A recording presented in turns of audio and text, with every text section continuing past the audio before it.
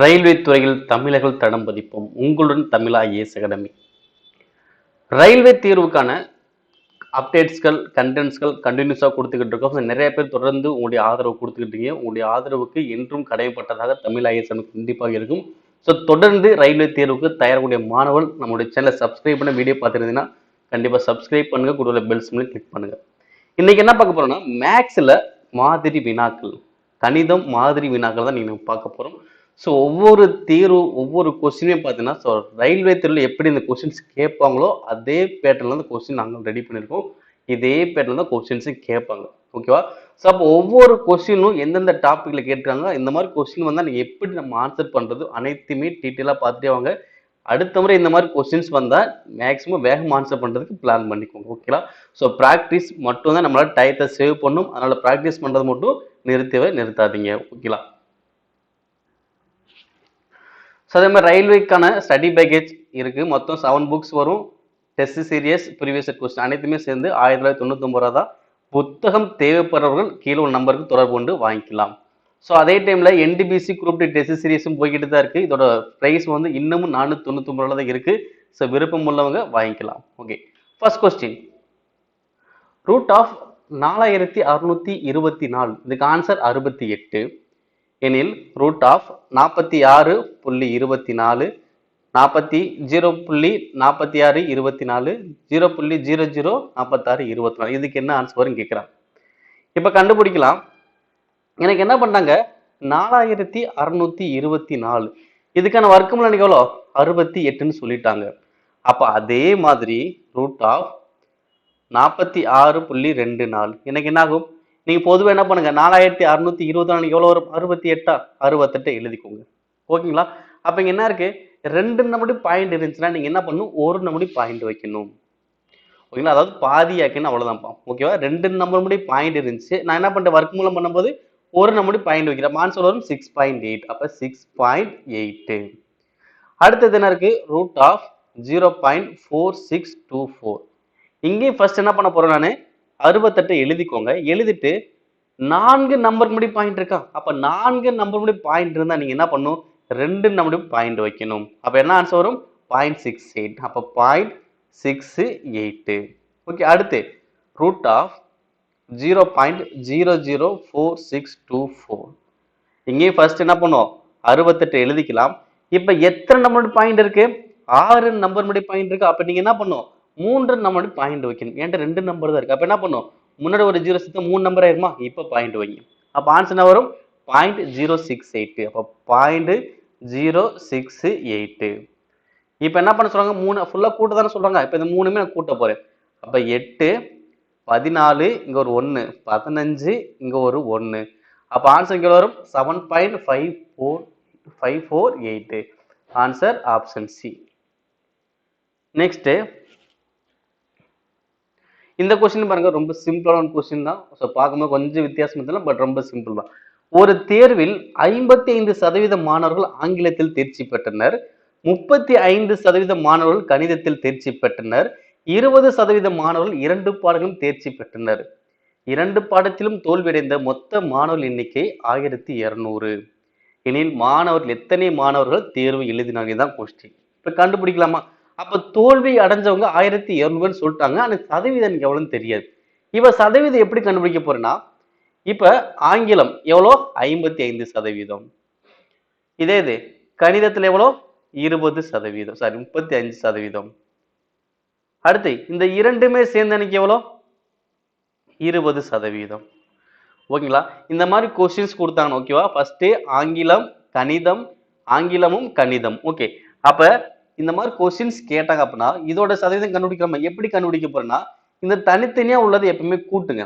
அப்ப தனித்தனியா ஆங்கிலம் தனியா கணிதம் தனியா தானே கொடுத்துருக்கான். இப்ப ரெண்டுமே கூட்டினால வரும் 90. அப்ப அந்த 90ல இருந்து இந்த 20% கழிங்க. ஏன்னா இந்த இரண்டுக்கும் பொதுவானது வந்தா மட்டும் எப்பவுமே கழிக்கணும். ஓகேவா? தனியா இருந்தா பிளஸ் மதிப்பு, மூன்றுமே சேர்ந்து இருந்தாலும் பிளஸ் மதிப்பு, அந்த 2 மட்டும் சேர்ந்து இருந்துச்சு அப்படின்னா மைனஸ் மதிப்பு. அதை மட்டும் மறந்துடக்கூடாது. ஓகேவா? அப்ப இதுவும் பிளஸ் இதுவும் பிளஸ், இது மட்டும் மைனஸா இருக்கும். அப்ப கூட்டினா 90 90 20% வரும் 70%. அப்ப இந்த 70% என்ன பாத்தீங்கன்னா தேர்ச்சி அடைந்தவங்க தான் 70%. கான்செப்ட் புரியுதுங்களா? ஏன்னா ஆங்கிலத்துல தேர்ச்சி, கணிதத்துல தேர்ச்சி, இரண்டுமே தேர்ச்சி அப்படித்தானே சொன்னாங்க. அப்போ உங்களுக்கு கிடைக்கக்கூடிய ஆன்சர் என்ன வரும்? தேர்ச்சி தான் வரும். அப்ப எத்தனை சதவீதம் தேர்ச்சி? 70% தேர்ச்சி. 70% தேர்ச்சி. அப்ப எத்தனை சதவீதம் ஃபெயில் ஆயிருப்பாங்க? 30%. அப்ப 30% இன்னைக்கு எவ்வளோ? 1200. 30% இன்னைக்கு எவ்வளோ? 1200. அப்ப மொத்தம் எத்தனை மாணவர்கள் தான் கேட்டாங்க? மொத்தம் எனக்கு எத்தனை மாணவர்கள்? 100% எவ்வளவு வரும்? ஓகேங்களா? அப்போ 30% 1200னா எனக்கு 10% எவ்வளவு வரும்? 400. ஓகேங்களா? 30% இதை வந்து என்ன பண்றேன்? 3ஆல் டிவைட் பண்றேன். இதையும் 3ஆல் டிவைட் பண்றேன். அப்ப 10% எனக்கு எவ்வளவு? 400. 10% 400. 100% எனக்கு எவ்வளவு வரும்? 4000. அப்ப எத்தனை மாணவர் தேர்வு எழுதினாங்க? 4000 மாணவர்கள் தேர்வு எழுதியிருப்பாங்க. அவ்வளவுதான்ப்பா. அப்ப உங்களுக்கு தேர்ச்சியை பேஸ் பண்ணி கேட்டாலும் வரக்கூடிய ஆன்சர் தேர்ச்சி தான் கிடைக்கும். அப்ப தேர்ச்சி இவ்வளவு பேர்னா அப்ப தோல்வி எவ்வளவு கண்டுபிடிச்சிடலாம். சிம்பிள். நெக்ஸ்ட் இந்த கொஸ்டினை பாருங்க. ஒரு ரயில் பெங்களூரு ரயில் நிலையத்திலிருந்து மும்பைக்கு 80 km/h வேகத்தில் புறப்படுகிறது. 1 மணி நேரத்திற்கு பிறகு பெங்களூரு ரயில்வே நிலையத்திலிருந்து மும்பைக்கு 100 km/h வேகத்தில் மற்றொரு ரயில் புறப்படுகிறது எனில் எத்தனை மணி நேரத்தில் இரண்டாவதாக புறப்பட்ட ரயில் முதலாவதாக ரயிலை சந்திக்கும் அப்படின்னு கொஸ்டின் கேட்கிறாங்க. ஓகே, இப்ப பாருங்க, 2 ரயில் இருக்கு. ரெண்டுமே என்னதான் பண்ணுது? பெங்களூர்ல இருந்து மும்பைக்கு தான் போகுது. பெங்களூர்ல இருந்து மும்பைக்கு தான் போக போகுது. ஆனா ஃபர்ஸ்ட் ட்ரெயின் வந்து கொஞ்சம் வேகமா இது ஆரம்பிச்சாங்க. ஓகேவா? எவ்வளவு கிலோமீட்டர் போறாரு? 80 கிலோமீட்டர். ஓகே, அப்போ 1 மணி நேரத்துல என்ன பண்ணிருப்பாரு? 80 கிலோமீட்டர் போயிருப்பாரு. இவரு ஸ்டார்ட் பண்ணவே இல்லை. என்ன பண்றாரு? இவர் போனதுக்கு அடுத்து 1 மணி நேரம் கழிச்சு என்ன பண்ண ஸ்டார்ட் பண்றாரா? அப்ப முதல் 1 மணி நேரத்துக்கு இவர் எதுவுமே டிராவல் பண்ணிருக்க மாட்டாரு. அப்ப அடுத்து 2வது மணி நேரத்துல இவர் திரும்பி 80 கூட்டினா 160. ஏன்னா இவர் 80 km/h. இவர் வந்து பாத்தீங்கன்னா 100 km/h. ஓகேங்களா? ஒரு 100 கூடும், 80 கூடும். அப்ப இங்க 160 ஆயிடுச்சா? இவர் என்ன பண்ணாரு? இப்ப ஸ்டார்ட் பண்ணிருப்பாரு. எவ்வளவு போயிருப்பாரு? 100 கிலோமீட்டர் போயிருப்பாரு. அடுத்து 3வது ஒரு மணி நேரத்துல இங்க 240, இங்க எவ்வளவு வரும்? 200. அடுத்து 4வது ஒரு மணி நேரத்துக்கு 320, இங்க எவ்வளவு வரும்? 300. அடுத்து 5வது ஒரு மணி நேரத்துக்கு என்ன இருக்கும்? 400, இங்க எவ்வளவு வந்திருக்கும்? 400. ஓகேங்களா? அப்ப 400 400 வந்து ரெண்டுமே சந்திச்சுட்டாங்களா? அப்ப இந்த இரண்டாவது புறப்பட்ட ரயில் முதலாவது ரயிலே எத்தனை மணி நேரத்தை சந்திச்சிருக்குன்னு பாருங்க. எத்தனை மணி நேரம் சந்திச்சிருக்கு? 4 மணி நேரத்திலே சந்திச்சிருச்சு. ஓகேவேனா? 1 2 3 4. அப்ப இரண்டாவது ரயில் முதல் ரயில பிடிக்க எவ்வளவு நேரம் தான் ஆகுது? 4 மணி நேரம் தான் ஆகுது. ஓகேவா? அது லாஸ்ட் 1 மணி நேரம் கழிச்சு தான் புறப்பட்டுச்சு. ஆனா 4 மணி நேரத்துல என்ன பண்ணிருச்சு? முதல் ரயில சந்திச்சிருச்சு. அப்ப ஆன்சருக்கு என்ன வரும்? 4 மணி நேரம். நெக்ஸ்ட், ஒரு சமபக்க முக்கோணம் ஏபிசியின் பக்கம் 28 சென்டிமீட்டர். முக்கோணம் ஏபிசியின் பரப்பளவை விட 16 மடங்கு பரப்பளவு கொண்ட மற்றொரு சமபக்க முக்கோணம் பிக்யூஆர் பக்கத்தை கண்டறியும் கொஸ்டின் கேட்டிருக்காங்க. ஓகே, அப்ப 2 சமபக்க முக்கோணம் இருக்கு. இது ஒரு சமபக்க முக்கோணம், இது ஒரு சமபக்க முக்கோணம். ஓகேங்களா? அதாவது இது ஏபிசி, இன்னொன்னு பிக்யூஆர். இதோட பக்கம் எனக்கு எவ்வளவு? 28 சென்டிமீட்டரா? அதாவது 28 சென்டிமீட்டர். இது வந்து ஒரு மடங்கு. எத்தனை மடங்கு? ஒரு மடங்கு தான் எவ்வளவு? 28 சென்டிமீட்டர். அதே மாதிரி பார்த்தோன்னா அந்த பரப்பளவு என்ன ஆகுது? 16 மடங்கு அதிகமாக தான் இந்த பிக்யூஆர் இருக்கு. அப்ப இங்க என்ன ஆகுதுன்னா 16 மடங்கு அப்படின்னு சொன்னாங்க. அப்படின்னா இதை கியூப் ஸ்கொயர் ரூட் ஃபர்ஸ்ட் பண்ணிக்கணும். ஏன் அப்படின்னா சமபக்க முக்கோணம் பரப்பளவு ஃபார்முலா √3/4 × a². ஓகேங்களா? அப்ப பரப்பளவு இந்த a² இருக்கிறதுனால நமக்கு தேவையான பக்கம் தானே தேவை. அப்ப என்ன பண்ண? இந்த 16 ஸ்கொயர் ரூட் பண்ணிக்கலாம். பண்ணா எவ்வளவு வரும்? 4. ஓகேங்களா? அப்ப ஒரு மடங்கு 28னா எனக்கு 4 இது எனக்கு எவ்வளவு வரும் பாருங்க. ஓகேவா? ஒரு பங்கு 28னா 4 பங்கு எனக்கு எவ்வளவு வரும்? 56 112ன்னு வரும். கான்செப்ட் புரியுதுங்களா? இங்க ஒண்ணுமே பண்ணல. இந்த 28 அப்படியே வச்சுக்குவேன். இந்த 28 ஒரு பங்குங்கிறது 28. அடுத்து இங்க 16 மடங்குன்னு சொன்னால என்ன பண்றோம்? இந்த 16 மடங்கை ஸ்கொயர் ரூட் பண்ணுவோம். இப்ப எவ்வளவு வரும்? 4. இப்ப இந்த 4 இந்த 28 பெருக்கினாலும் உங்களுக்கு ஆன்சர் முடிஞ்சுச்சு. ஓகே, ஆன்சர் வரும் 112 சென்டிமீட்டர். ஏ ஸ்கொயர் ரூட் பண்றேன்னா இங்க பரப்பளவுல a² இருக்கு. நமக்கு a தானே தேவை. அப்ப 16 ஸ்கொயர் ரூட் பண்ணணும். அவ்வளவுதான், முடிஞ்சுச்சு. நெக்ஸ்ட் இந்த கொஸ்டின் பாருங்க. 1² + 2² + 3² அப் டு 14² எவ்வளவு? 1015 எனில் 3² + 6² + 9² + 42² என்பது எதற்கு சமமாகும் கொஸ்டின். இப்ப பாருங்க, 1², 2², 3² எது வரைக்கும் இருக்கு? 14² வரைக்கும். கூடுதல் எவ்வளவு? 1015. அடுத்த மாதிரி இங்க என்ன இருக்கு? 3 square, 6 square, 9 square up to 42 square. இங்க என்ன வரும் கேட்டிருக்காங்க. அப்ப இந்த 3 ஸ்கொயர் இங்க 6 ஸ்கொயர் என்ன பண்ணலாம்? புது ஒன்று வெளியெடுக்கலாமா? என்ன எடுக்க போறேன்னா இந்த முதல் நம்பர் அப்படியே வெளியிடுங்க 3 ஸ்கொயர். அப்ப இந்த 3 ஸ்கொயர் வெளியெடுத்த உள்ள என்னாகுன்னா 1 ஸ்கொயர். இங்க என்ன வரும்னா 2 ஸ்கொயர். ஓகேங்களா? ஏன்னா 3 ஸ்கொயர் எவ்வளவு 9 நான் 9 வெளியே எடுத்து உள்ள என்ன இருக்கும் 1 தான் இருக்கும். அதான் 1 ஸ்கொயர். இதே 6 ஸ்கொயர் எவ்வளவு 36. அப்ப வெளியே என்ன பண்றோம் 9 எடுத்துட்டேன்ல வெளியே 9 ரிமைனிங் என்ன ஆகுது 4 தான் இருக்கு. அப்ப 4 என்னது 2 ஸ்கொயர். இதே மாதிரி தான் போகும். அடுத்து 3 ஸ்கொயர். இதே மாதிரி 42 எனக்கு என்ன வரும் 14 ஸ்கொயர். ஓகேங்களா? ஒவ்வொரு நம்பரையும் 3ஆல் டிவைட் பண்ற மாதிரி இருக்கும். ஓகேவா? 1 2 3 இங்க 14. அப்ப 3 ஸ்கொயர் வெளியே எடுத்தா என்ன வரும் இந்த மாதிரி வந்துடும். அப்ப 3 ஸ்கொயர் எனக்கு எவ்வளவு 9 இன்ட்டு எனக்கு இதோட மதிப்பு அவனே கொடுத்துருக்கான். எவ்வளவு கொடுத்துருக்கான் 1015. அப்ப 9000 9 இன்ட்டு 1000 9000 9 இன்ட்டு 5 135. அப்போ 9135. Answer option A. ஒண்ணுமே இல்லப்பா. இந்த 3 ஸ்கொயர் மட்டும் நீங்க வெளியே எடுத்துட்டா போதும். இந்த ரிமைனிங் டைம் உள்ள வந்து இருக்கும். அப்ப 3 ஸ்கொயர் இன்ட்டு 1015 ஆன்சர். அடுத்து இந்த கொஸ்டின் பாருங்க ரூட் ஆஃப் 150 ரூட் 54 ரூட் 24. ஓகேவா? இது ரெண்டுமே கழிக்க போறோம். இப்ப ரூட் 150 எப்படி எழுதலாம்? நீங்க பிரிக்கும் போது என்ன பண்ணா ஒரு நம்பர் ஸ்கொயர் நம்பர் வர மாதிரி பிரிங்க. எப்படி பிரிக்கலாம் 150 25 இன்ட்டு 6. ஏன்னா 25 6 150 25 என்ன வெளியே எடுக்க முடியும். அதே மாதிரி மைனஸ் 54 எப்படி பிரிக்கலாம் 9 6 54 மைனஸ் 24 எப்படி பிரிக்கலாம் 4 6 24. ஓகேங்களா? அப்ப இந்த 25 வெளியே எடுத்தா எவ்வளவு வரும் 5 உள்ள 6 அப்படியே இருக்க போகுது. மைனஸ் 9 வெளியே எடுத்தா 3 6 அப்படியே இருக்க போகுது. மைனஸ் 4 வெளியே எடுத்தா எவ்வளவு வரும் 2 6 உள்ள அப்படியே இருக்க போகுது. இப்ப இந்த 5 ரூட் 6 அப்படியே வச்சுக்கலாம். இங்க மைனஸ் கூட்டினா வரும் மைனஸ் 5 ரூட் 6. அப்ப ஒரே மாதிரியான எண்களை கழிச்சு எனக்கு என்ன ஆன்சர் வரும் 0. Answer option A. நெக்ஸ்ட் இந்த கொஸ்டின் பாருங்க 24ஐ மீ பெரும் பொது காரணியாக கொண்ட மிகப்பெரிய 3 இலக்க எண் மற்றும் மிக சிறிய 4 இலக்க எண்ணின் கூட்டுத்தொகையை காண்க. ஓகேங்களா? அப்ப 24 மீ பெரும் பொது காரணியாக கச்சிசியப்ப கொண்ட நம்பர்ல மிகப்பெரிய 3 இலக்க எண். இப்ப மிகப்பெரிய 3 இலக்க எண் எனக்கு என்ன வரும் 999. ஓகேங்களா? பொதுவா 999. மிக சிறிய 4 இலக்க என்னது 1000. ஓகே, மிகப்பெரிய 3 இலக்கம் 999, மிக சிறிய 4 இலக்கம்னா எனக்கு 1000. ஆனா என்ன சொன்னாங்க 24 HCF கொண்ட நம்பர்னு சொன்னாங்களா? அப்ப என்ன பண்ணோம் ரெண்டுலயுமே 24 டிவைட் பண்ண போறேன். ரெண்டுலயுமே என்ன பண்ண போறோம் 24 டிவைட் பண்ண போறேன். இப்போ என்ன பண்ணலாம் அடிக்கலாமா? ஓர் 24 24 96ல 4 24 96. ஓகேவா? மீதி 3 39ல ஓர் 24 24 மீதி எனக்கு எவ்வளவு வருது 15. மீதி எனக்கு எவ்வளோ 15. அதே மாதிரி இங்க எவ்வளவு மீதி வரும் பார்க்கலாம். ஓர் 24 24 100ல 4 24 96 மீதி 4 40ல ஓர் 24 24 மீதி எனக்கு எவ்வளவு வருது 16. ஓகேங்களா? இங்க ரெண்டுக்குமே என்ன பண்ண போறோம் இந்த மீதி என்ன பண்ண போறோம் அப்படியே கழிக்க வேண்டியதான். 999 வந்து 15 கழிங்க. அப்ப 999ல இருந்து இந்த 15 கழிச்சா எனக்கு வரும் 984. 984. அதே மாதிரி இங்க 14 கழிச்சு எனக்கு எவ்வளவு வரும் 984 தான் வரும். ஆனா எனக்கு என்ன சொன்னாங்க மிக சிறிய 4 இலக்கம் தான் கேட்டாங்க. ஆனா இங்க 3 இலக்கம் ஆயிடுச்சு. அப்ப என்ன பண்ணும் இதோட ஒரு 24 கூட்டுங்க உங்களுக்கு மிக சிறிய 4 இலக்கம் கிடைச்சிடும். ஓகேவா? இங்க 984ங்கிறது 3 இலக்கத்துல பெரிய number.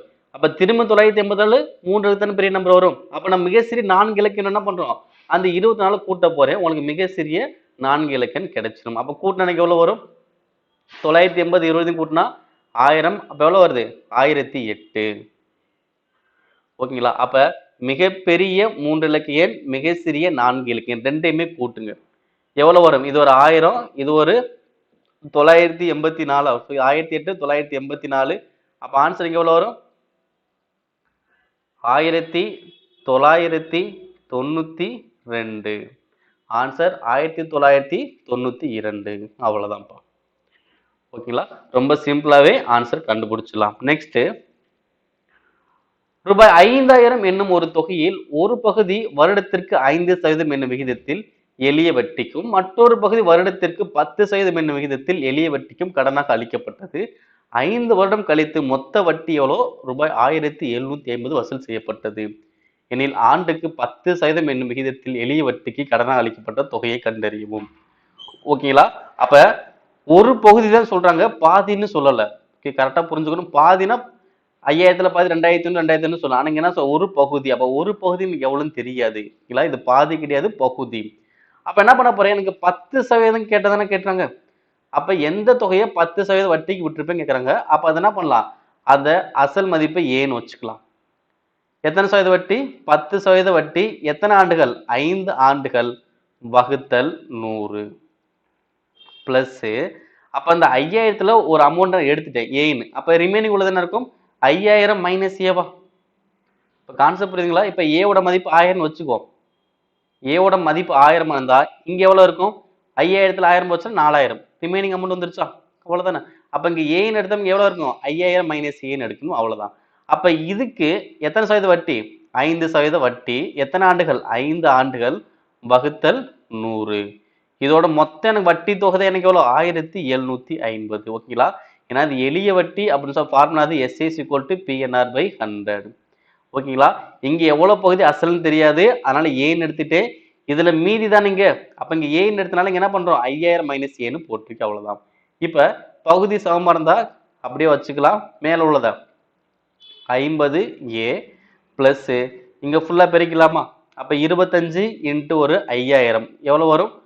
1,25,000 minus 25A sequel to 1750. இப்ப என்ன பண்ணலாம்? 50 25A போச்சுன்னா 25A பிளஸ் 1,25,000 சமம் இந்த கீழே உள்ளூர் அங்கிட்டு போயிருமா? அப்ப 1750 100 பெருக்குனா எவ்வளவு வரும்? 1,75,000 வந்துடும். ஓகேங்களா? அப்ப 1,20,000 அங்க போதுன்னா மைனஸ் ஆயிருமா? அப்ப 1,75,000த்துல 1,20,000 போச்சு எவ்வளவு வரும்? 50,000. அப்ப 25A தான் 50,000. அப்ப 1 25 25 2 25 50 30. அப்ப ஏவோட மதிப்பு எவ்வளவு கிடைக்குது? 2000 ரூபாய். அப்ப இந்த ஏ உடைய மதிப்பு எனக்கு எவ்வளவு வரும்? 10% வட்டி கொடுக்கப்பட்டதுல இந்த ஏங்கிறது அசல் மதிப்பு தானே. அப்ப அசல் மதிப்பு எனக்கு எவ்வளவு வருது? 2000 ரூபாய். இந்த மாதிரி நம்ம கண்டுபிடிக்கிற மாதிரி இருக்கும். நெக்ஸ்ட் இந்த கொஸ்டின் பாருங்க. 2x plus 5y is equal to 12, xy is equal to 2 எனில் 2x cube plus 125y cube மதிப்பு என்ன? ஓகேங்க பாருங்க என்ன இருக்கு? 2x plus 5y இது அப்படியே கியூப் பண்ணுவோம். ஏன்னா கியூப்ல இருக்கனால இது கியூப் பண்ணும். என்ன வரும்?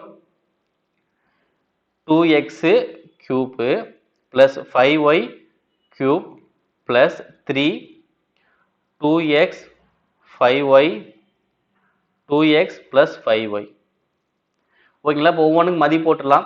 இப்போ 2x plus 5y மதிப்பு எவ்வளோ? 12. அப்போ 12 கியூப் சமம் இங்க 2x கியூப் பண்ணா 8x cube plus 5y cube பண்ணா 125y கியூப் பிளஸ் இங்க நம்பரை மட்டும் பெருங்க எவ்வளவு வரும்? 32 6 6 30 இன்ட்டு xy xy பெருக்கல் தானே இருக்கும். xy மதிப்பு எவ்வளோ? 2 இன்ட்டு 2x plus 5y மதிப்பு எவ்வளோ? 12. இப்ப 12 கியூப் பண்ணி எவ்வளோ வரும்? 1728. அப்ப 8x cube plus 125y cube plus இது ஃபுல்லா பெருக்கினா எவ்வளோ வரும்? 60 இங்க ஒரு 12. அப்ப எவ்வளவு வரும்? 720. அப்ப பிளஸ் 720 வந்து மைனஸ் 720. அப்ப 1728ல 720% எவ்வளவு வரும்? 1008. அப்ப 8x cube plus 125y cube மதிப்பு என்ன வரும்? ஆன்சர் 1008. அவ்வளவுதான்ப்பா. நெக்ஸ்ட் ஒரு ஜோடி ரோலர் ஸ்கேட்களின் விலை ரூபாய் 450. அதற்கு 5% விற்பனை வரி விதிக்கப்பட்டது எனில் கட்ட வேண்டிய தொகை எவ்வளவு? ஒண்ணுமே இல்ல. இப்ப பில்லு வந்து அன்னைக்கு எவ்வளோ? 450 ரூபா. அதோட ஸ்கேட்டிங்கோட விலை எவ்வளோ? 450 ரூபா. ஆனா என்ன பண்ண சொல்றாங்க? 5% டாக்ஸ் கட்ட சொல்றாங்க. அப்ப இதுல 5% எவ்வளவு வரும் பார்க்க போறேன். 10% 45 ரூபா. 10% 45. அப்ப 5% எனக்கு எவ்வளவு வரும்? 22,000 ரூபா. இது அப்படியே கூட்டுங்க. அவ்வளவுதான் ஆன்சர். எவ்வளோ? 2 7 4. அப்ப அந்த ஸ்கேட்டிங் வாங்குறதுக்கான மொத்த செலவு பில் அமௌண்ட் எனக்கு எவ்வளவு பார்த்தா 472 ரூபாய் 50 பைசா எனக்கு வரும். Answer option second. ஓகேங்களா? 450 ரூபாய்க்கு 5% எவ்வளவு பார்க்க போறேன்? 22,000 ரூபாய். இதை அப்படியே கூட்டினா உங்களுக்கு ஆன்சர் வரப்போகுது. நார்மலா ஒரு வட்டி கண்டுபிடிக்கிற ஒரு கான்செப்ட் தான் இது. நெக்ஸ்ட் இந்த கொஸ்டினை பாருங்க.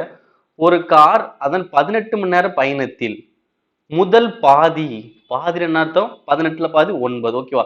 முதல் பாதி பயணத்தை 40 km/h என்ற வேகத்திலும் இரண்டாம் பாதி பயணத்தை 50 km/h என்ற வேகத்தில் நிறைவு செய்கிறதில் கார் பயணித்த மொத்த தூரம் எவ்வளவு? ஓகே, மொத்தம் எத்தனை நேரம்? 18 மணி நேரம். இது என்ன பண்ண சொன்னாங்க? முதல் பாதி எவ்வளவு? 9 மணி நேரம். அடுத்த பாதி 9 மணி நேரம். ஓகே, ஃபர்ஸ்ட் எவ்வளவு ஸ்பீட்ல போறாரு? 40 கிலோமீட்டர் போறாரு. அடுத்து என்னது? 50 கிலோமீட்டர்ல போறாரு. ஓகே, இது அப்படியே பெருக்குனா 360, இதை பெருக்குனா 450. இங்க மொத்த தூரம் தானே கேட்டாங்க, அப்ப ரெண்டுமே கூட்டிக்கலாம். கூட்டினா எவ்வளவு வரும்? 810. ஆன்சர் எவ்வளவு வரும்? 810 கிலோமீட்டர். நெக்ஸ்ட், ஒரு எண் 7ஆல் வகுப்படும் போது மீதம் 4 கிடைக்கிறது. அதே எண்ணின் வர்க்கத்தை 7ஆல் வகுத்தால் மீதம் என்ன கிடைக்கும்? ஒண்ணுமே கிடையாதுப்பா. ஒரு எண்ணை 7ஆல் வகுக்கும்போது மீதி 4 கிடைக்கும் சொல்றாங்களா? அப்ப அந்த எண்ணை 4ன்னு வச்சுக்கோங்க. ஓகேவா? ஏன்னா 4 நீங்க 7ஆல் வகுத்தீங்கன்னா உங்களுக்கு மீதி என்ன கிடைக்கும்? 4 தான் கிடைக்கும். அதே தான். இப்ப 4 ஸ்கொயர் பண்ணுங்க. ஏன்னா அந்த எண்ணின் வர்க்கம் தானே சொன்னாங்க. அப்ப 4 ஸ்கொயர் பண்ணா 16. 16 7ஆல் அடிங்க. இப்ப மீதி எவ்வளவு வரும்? 7 14, மீதி எவ்வளோ? 2. ஆன்சர் முடிஞ்சு. அப்ப இந்த மாதிரி கொஸ்டின்ஸ் கொடுத்தாங்கன்னா அந்த மீதி தான் உங்க நம்பர் அப்படின்னு மைண்ட் ஃபிக்ஸ் பண்ணிக்கோங்க. அப்ப அந்த நம்பரை ஸ்கொயர் பண்ணிட்டு அந்த வகுத்தியால வகுத்து பாருங்க, மீதி உங்களுக்கு கிடைச்சிடும். நெக்ஸ்ட், ஒரு குறிப்பிட்ட தொகை ஆனது 15 ஆண்டுகளில் அதன் அசல் தொகையை விட 3 மடங்கு ஆகிறது. அதே எளிய வட்டி விகிதத்தில் அசல் தொகையானது 5 மடங்காக ஆவதற்கு எத்தனை வருடங்கள் ஆகும்? ரொம்ப சிம்பிள் தான். இந்த கொஸ்டின் மிஸ் பண்ணிடாதீங்க. 15 ஆண்டுகள் 15 ஆண்டுகள் எத்தனை மடங்கு ஆகுது? 3 மடங்கா மாறுது. அப்ப அதே தொகை 5 மடங்காக மாற எனக்கு எத்தனை ஆண்டுகள் ஆகும் தான் கொஸ்டின். இது என்ன வட்டின்னு ஃபர்ஸ்ட் பார்த்தோம். என்ன வட்டி? எளிய வட்டி, அதாவது தனி வட்டி. அப்ப தனி வட்டில இந்த கொஸ்டின்ஸ் கேட்டாங்க அப்படின்னா இங்க எத்தனை மடங்கு சொன்னாங்க? 3ஆ? இங்க 5ஆ? இப்ப மடங்குல வந்து ஒண்ணு கழிங்க. இது 2, இப்ப இங்க எவ்வளவு? 4. ஓகேவா? அப்ப 2 பங்கு தான் உங்களுக்கு 15. கான்செப்ட் புரியுதுங்களா? 2 பங்கு தான் 15. அப்ப 4 பங்கு இங்க எவ்வளவு வரும் பாருங்க. 2 பங்கு 15னா 4 பங்கு எனக்கு எவ்வளவு வரும்? 30. ஆன்சர் முடிஞ்சு.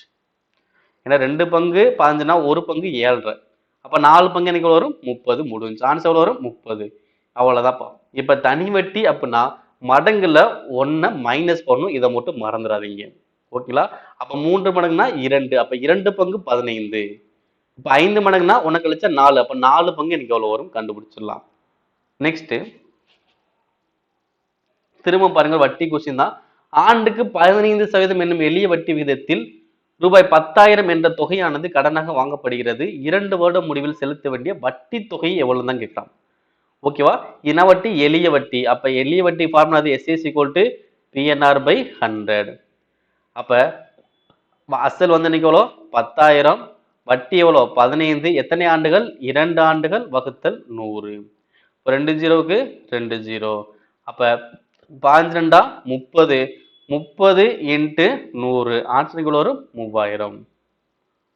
Answer option A. அடுத்து இந்த கொஸ்டின் பாருங்க. 7 1/5 வகுத்தல் 7 1/3 மதிப்பை கண்டுபிடிக்கும். 7 1/5 வகுத்தல் 7 1/3. இப்ப என்ன பண்ண போறேன்? அடிமானம் சமமா இருந்தா என்ன பண்ணலாம்? இந்த அடுக்கல மேல கொண்டு போய்க்கலாமா? அப்ப 7 நான் பொதுவா வச்சுக்கிட்டு இந்த ஃபர்ஸ்ட் 1/5 அப்படியே வச்சுக்கோங்க. இந்த அடுக்க மட்டும் நான் மேல கொண்டு போறேன்னா இந்த அடுக்கு நான் மேல கொண்டு போனா என்ன ஆகும்னா அடுக்கு வந்து மைனஸ்ல போட்டுக்குவேன். அதாவது குறியீடுகள் மாறும். கீழே பிளஸ்ஸா இருக்க மேல வரும்போது மைனஸா மாறும். அப்ப -1/3 வரும்.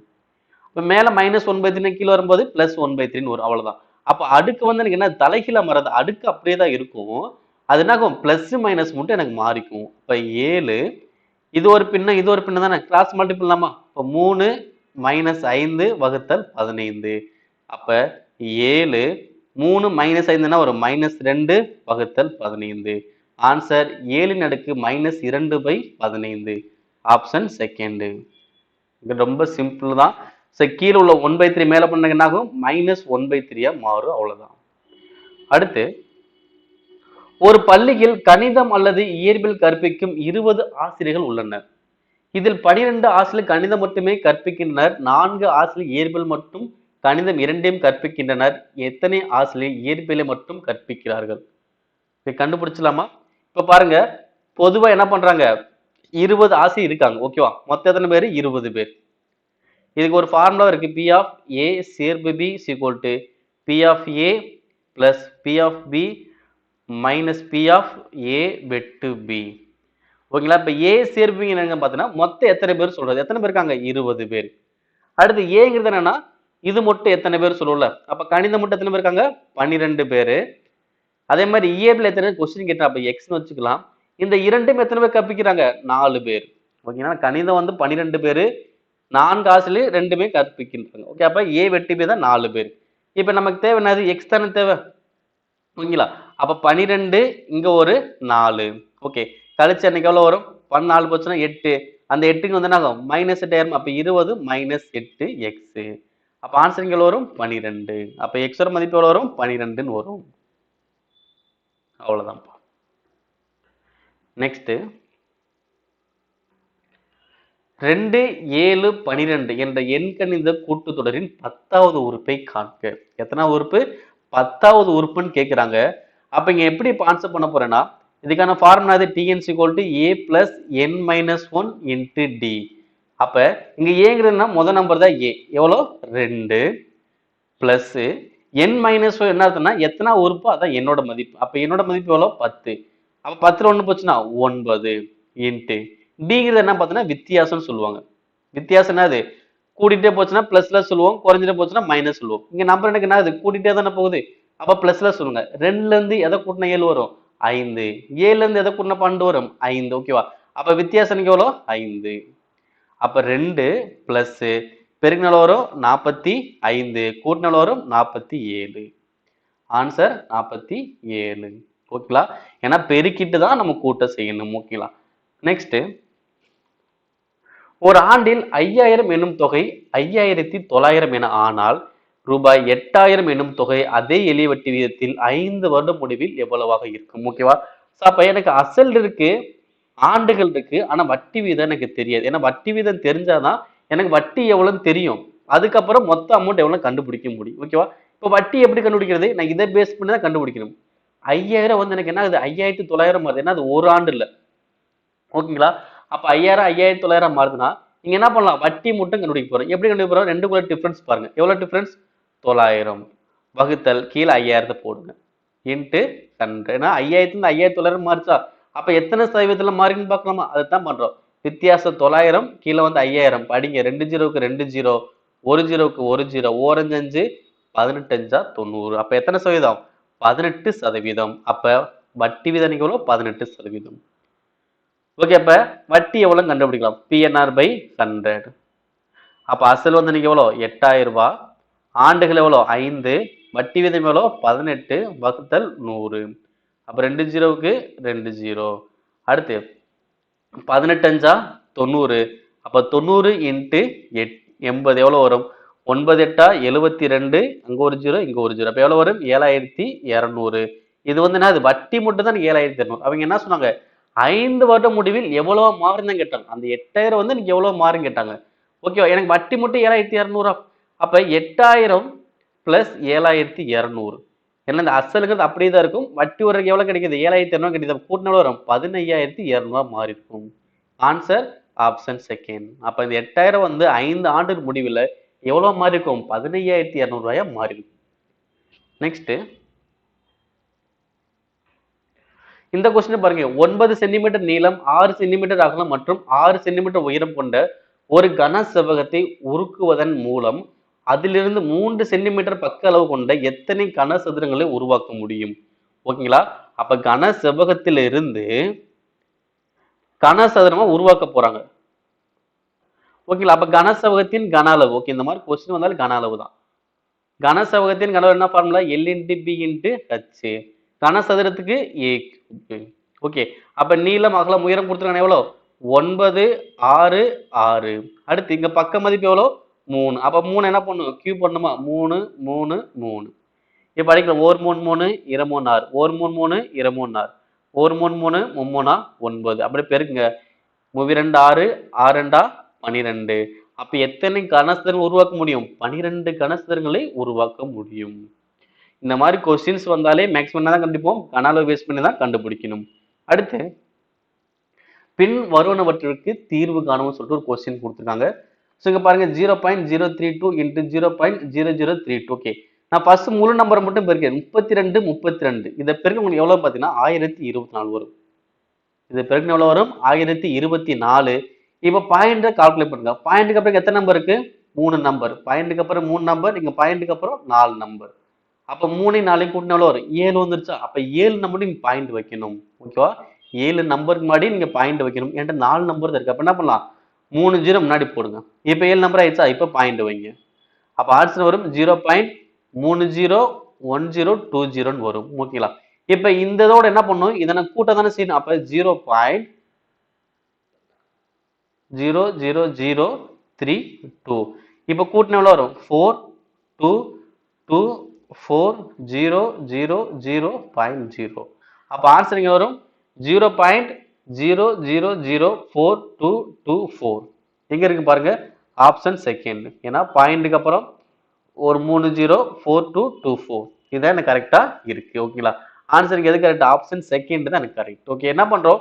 ஃபர்ஸ்ட் முழு நம்பரா பெருக்குறீங்க. பெருக்கிட்டு அடுத்து என்ன பண்றோம்? இங்க பாயிண்ட்டுக்கு அப்புறம் 3, இங்க பாயிண்ட்டுக்கு அப்புறம் 4. அப்ப மொத்தம் கூட்டினா 7. அப்ப 7 நம்பர் பாயிண்ட் வச்சுக்கோங்க. அவ்வளவுதான். அப்ப இதோட பெருக்கல் கிடைச்சிருச்சு. இதோட மதிப்பை நான் கூட்டி போட போறேன். ஆன்சர் வரப்போகுது. அவ்வளவுதான். ஓகேங்களா? அப்ப இங்க சுருக்குங்கிறது வந்து பாத்தீங்கன்னா பாயிண்ட்ஸ் பேஸ் பண்ணியும் பின்னங்கள் பேஸ் பண்ணி கொஞ்சம் வித்தியாசமா கொஸ்டின்ஸ் கேட்பாங்க. ஸோ நார்மல் பேட்டர்ன் தான் நீங்க எப்பயும் போல ட்ரை பண்ணீங்க அப்படின்னா நம்ம ஆன்சர் பண்ண முடியும். உங்களுக்கு எதுவுமே கஷ்டமே கிடையாது.